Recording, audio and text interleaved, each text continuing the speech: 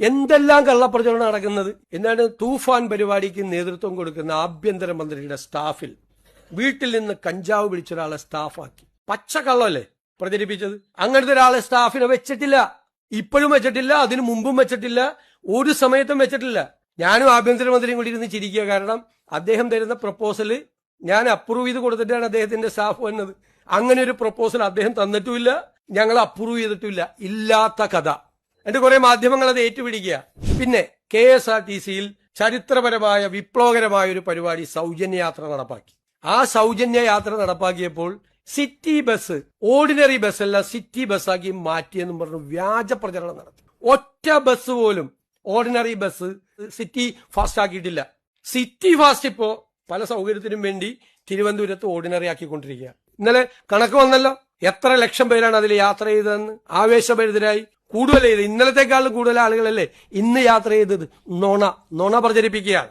പിന്നെ വേറൊരു വാർത്ത, ഈ സഹകരണ സ്ഥാപനങ്ങളിലെ മുഴുവൻ ഫീസ് കൂട്ടി UDF സർക്കാർ വന്ന ഉടനെ തന്നെ വ്യാപകമായ പ്രചരണമാണ്. ഫെബ്രുവരിയിൽ കഴിഞ്ഞ സർക്കാരാണ് കൂട്ടിയത്. എഴുതി വെച്ചോ, കഴിഞ്ഞ സർക്കാരാണ് കൂട്ടിയത് ഫെബ്രുവരിയിൽ. ഞങ്ങളല്ല കൂട്ടിയത്. ഞങ്ങൾ അധികാരത്തിൽ വന്നതിന് ശേഷം 1 രൂപ കൂട്ടിയിട്ടില്ല.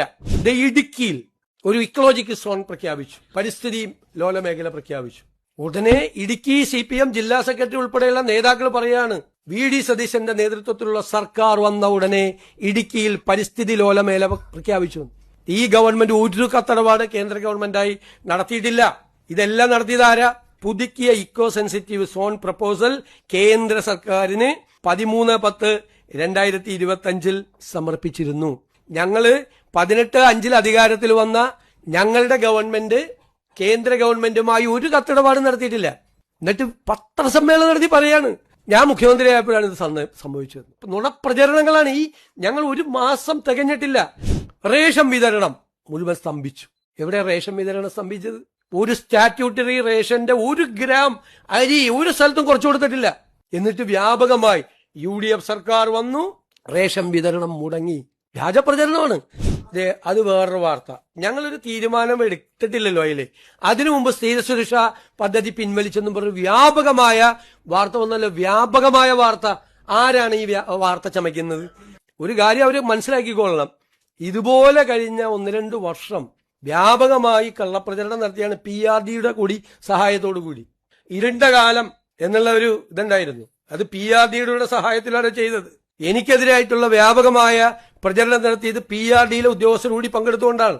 സർക്കാർ ചെലവിലാണ് പ്രതിപക്ഷത്തിനെതിരായി അന്ന് വ്യാപകമായ രീതിയിൽ പ്രചരണം നടത്തിയത്. അതെല്ലാം ജനങ്ങള് ചവറ്റുകൊട്ടയിൽ എറിഞ്ഞിട്ടാണ് ഞങ്ങളെ അധികാരത്തിൽ കൊണ്ടുവന്നത്. ഞങ്ങൾ അധികാരത്തിൽ വന്ന് ഇരുന്ന് തുടങ്ങുന്നതിന് മുമ്പെയുള്ള വ്യാജമായ പ്രചരണങ്ങളുടെ 1/2 ഡസൻ വ്യാജ പ്രചരണങ്ങളുടെ കാര്യമാണ് ഞാനിപ്പോ വിശദീകരിച്ചത്.